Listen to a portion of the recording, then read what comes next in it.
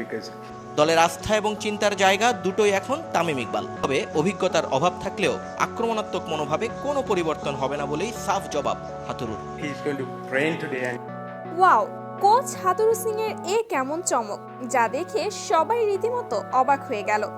শেষমেশ নিজের ভুল বুঝতে পেরে তামিম ইকবালকে বিশ্বকাপে দলে নিয়ে অবাক করে দিলেন কোচ হাতুরু সিং। বিস্তারিত জানুন পুরো প্রতিবেদনে।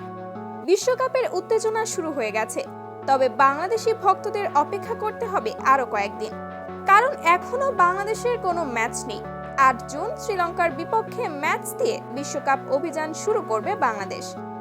দক্ষিণ আফ্রিকার বিপক্ষে এরই মধ্যে একটি ম্যাচ খেলেছে শ্রীলঙ্কা। যেহেতু শ্রীলঙ্কা তাদের ইতিহাসের সর্বনিম্ন দূরত্বের জন্য তাদের সেরাটা করছিল, তাই বাংলাদেশের বিপক্ষে ম্যাচের আগে চাপে থাকবে শ্রীলঙ্কা।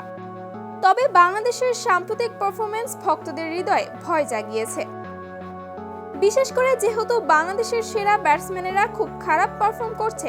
এ কারণেই বাংলাদেশের ওপেনিংয়ে দারুণ চমক দিয়ে কোচ হাতুরু সিং তামিম ইকবালকে অবশেষে বিশ্বকাপের দলে ফেরালেন। তো দর্শক, আপনাদের কি মতামত হাতুরু সিং এর এমন সিদ্ধান্তে, তা অবশ্যই জানিয়ে দিবেন ভিডিওর কমেন্ট বক্সে।